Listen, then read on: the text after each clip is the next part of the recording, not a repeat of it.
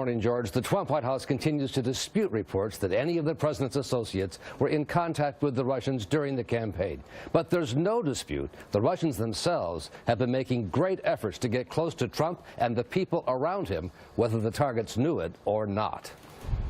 It's every Russian spy's greatest dream to have an asset, a source inside the White House or any place of power in Washington. They always targeted political figures. They wanted to know who's a mover and shaker in our society, who affects it. And as portrayed in the TV program The Americans, for the Russians, all is fair in love and espionage. I'm in charge of FBI counterintelligence, and my secretary married a KGB officer.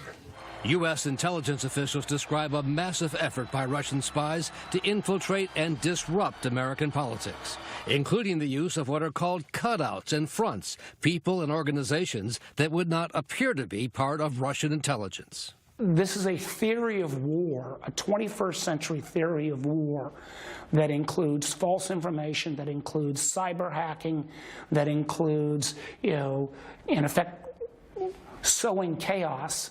Senator Mark Warner is the top Democrat on the Senate Intelligence Committee, which is investigating the Russian efforts to meddle in the election and whether anyone in the Trump campaign was involved. I think this investigation is maybe the most serious thing that I'll ever take on in my public career. When General Michael Flynn was in Moscow in December 2015, invited to sit next to Russian President Vladimir Putin, he was about to become the senior foreign policy advisor for Donald Trump.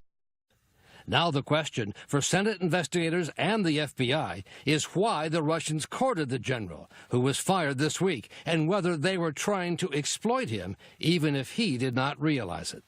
If by his actions, implied or implicit, there was an effort to undermine American foreign policy, that bothers me a great deal. Also under scrutiny, another former Trump foreign policy advisor, Carter Page, who claims he's done major business deals with Russians and defends its leaders, raising the eyebrows of American intelligence officials. Would you agree that Vladimir Putin is a thug, as some have called him? You know, I thoroughly disagree. Page is named as a central figure in the now infamous dossier of unsubstantiated allegations about the Trump campaign and the Russians being in cahoots. Page told ABC News the allegations are ridiculous. Is it absolutely false? Completely false and laughable. And this former Trump campaign manager, Paul Manafort, who once worked for pro-Russian politicians in Ukraine.